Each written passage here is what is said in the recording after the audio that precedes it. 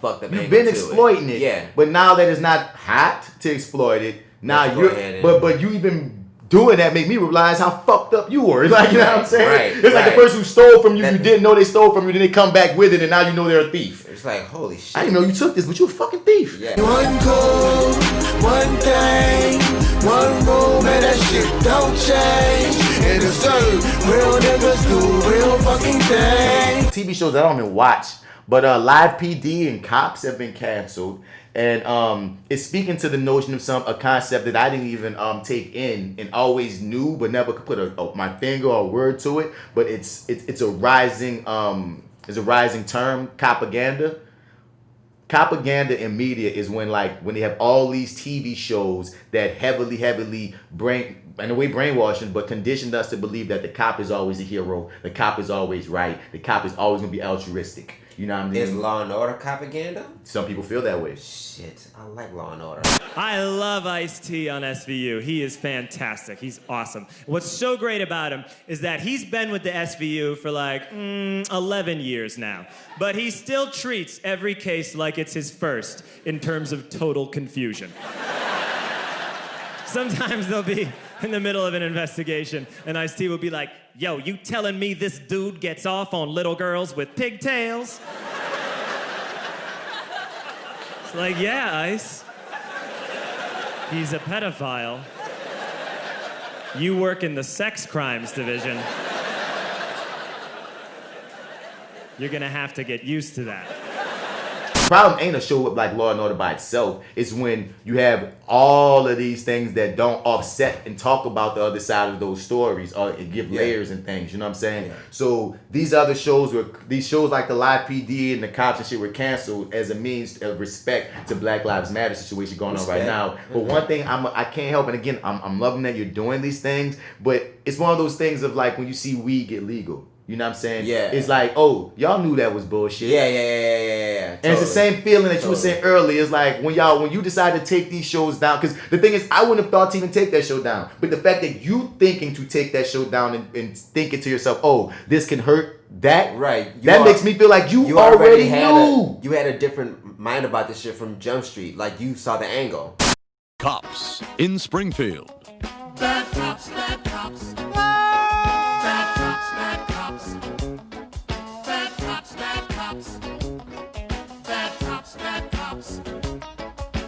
Springfield cops are on the take, but what do you expect for the money we make? Whether in a car or on a horse, we don't mind using excessive force. Bad cops, bad cops. Bad cops, bad cops. All right, boys, time to bag us a cattle rustler. What in God's name are you doing? Isn't this 742 Evergreen Terrace? No, that's next door.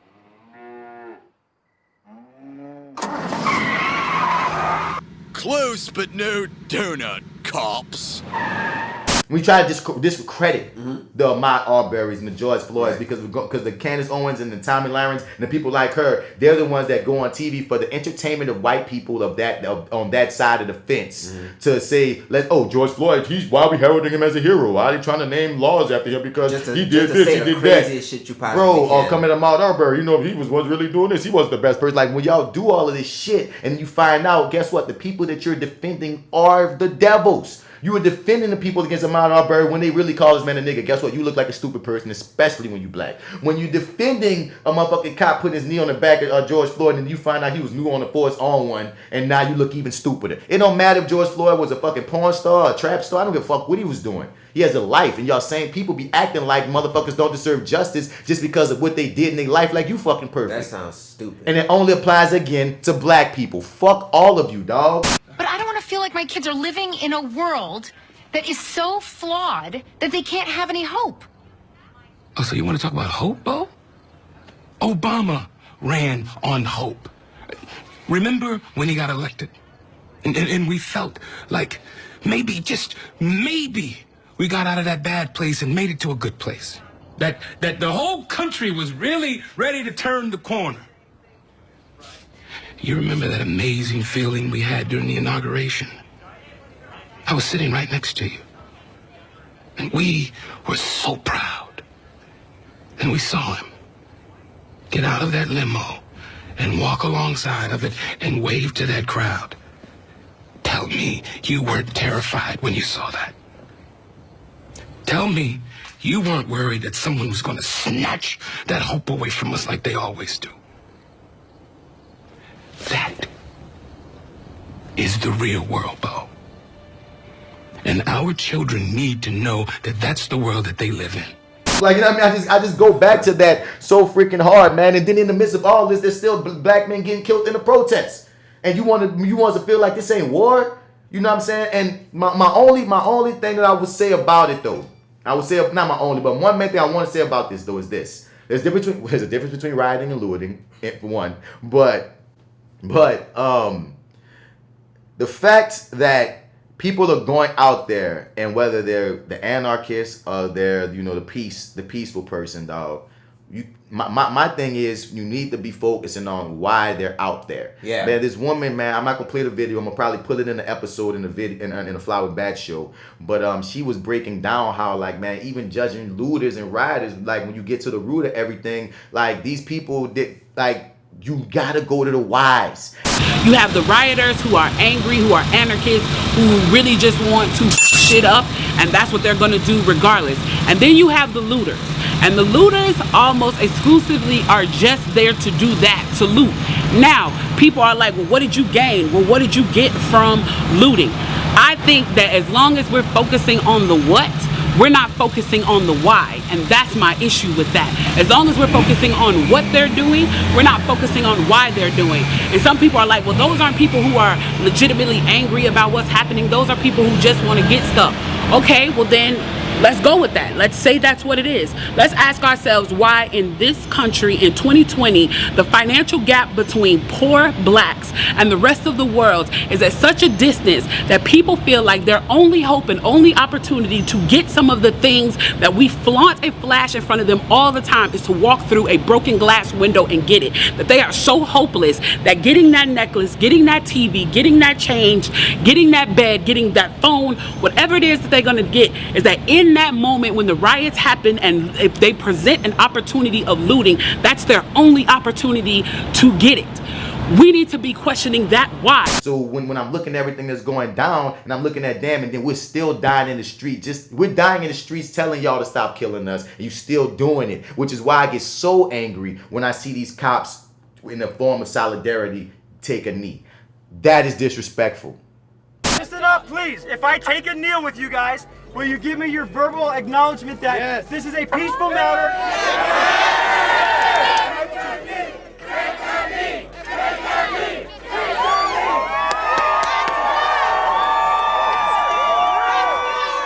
But whatever goodwill that officer was able to get from that small group, later that same afternoon, his boss gave the entire city a very different message when he talked about looters.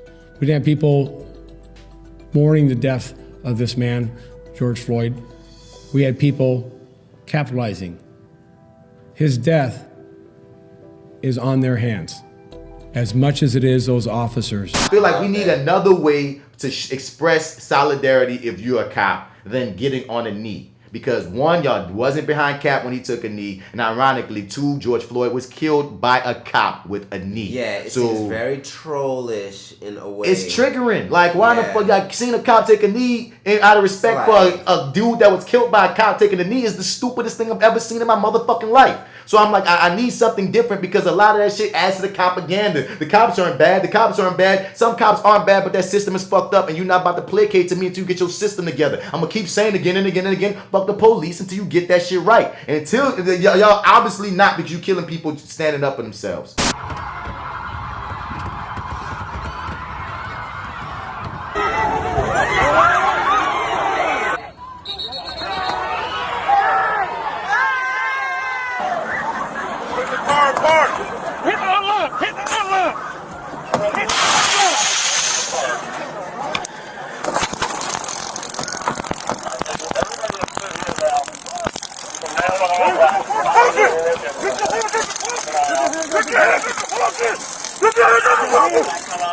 Find moments to breathe. Oh yes, really unplug from it all when you can. Be aware of everything, but I mean, don't let it consume you. Because it's a lot. It's a lot to chew on, and we're gonna be chewing on it for a very long time. De-stress, work out, do yoga, watch cartoons.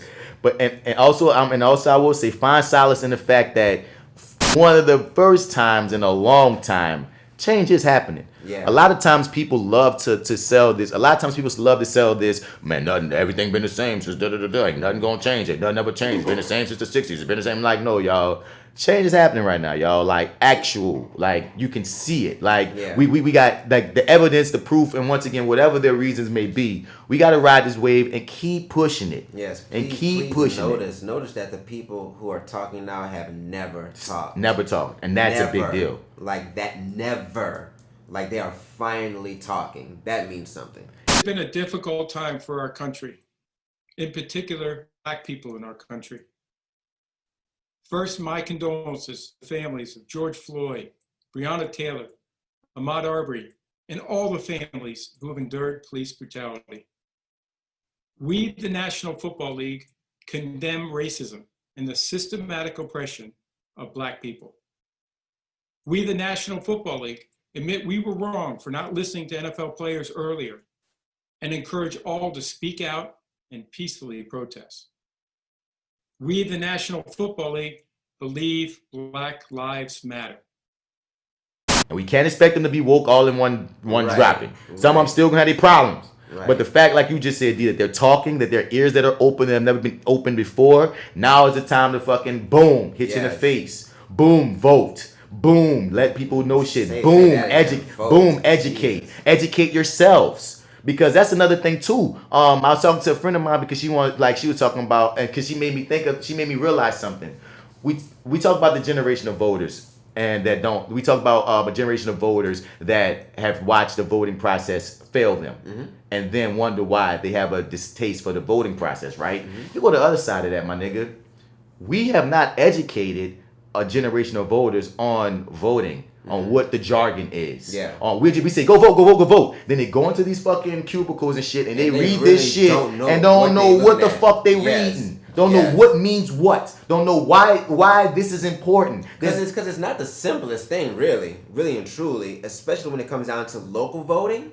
Like, there are a lot of very intricate positions that everybody don't even know what their function is. And they don't always speak it plainly, and everybody ain't gonna be at every city council meeting, you know what I mean? Like, so in a lot of ways, the way it go back to the system and how education is taught. You know what I'm saying? We have to reteach from our youth, motherfuckers, what is what and what's important and why you're voting, and that's a whole other topic. Yes. That's a whole other fight. But we're not even taking that in or having that conversation of, guess what? The people that you're telling go vote don't know how. Don't know what it is. They know how to press a button, but when they look at the shit and read shit and they're confused, you know what a lot of people do when they're confused? Unplug. Right. Dear young people, don't vote. Don't vote. Everything's fine the way it is. Trump. That was us. He's our guy. Tax cuts for the rich? Hell yeah. I'm rich as fuck. Climate change? That's a you problem. I'll be dead soon. Sure, school shootings are sad. But I haven't been in a school for 50 years. I can't keep track of which lives matter. Sure you don't like it. So, you'll like some meme on Instagram. If the weather is nice, maybe you could go to one of those little marches. You might even share this video on Facebook. But you won't vote. You young people never do. But I do. I do. I do. Midterms, primaries. Every single election. We'll be there, but you won't. They're not looking at how we got here. Like it's like the whys and the hows, my nigga.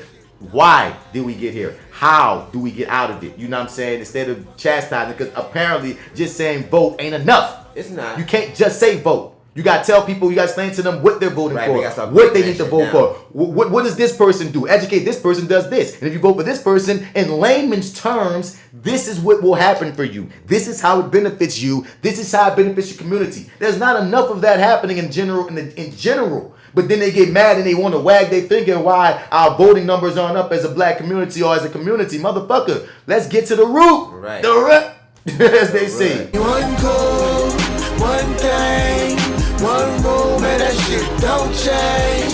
And it's real niggas do real fucking things.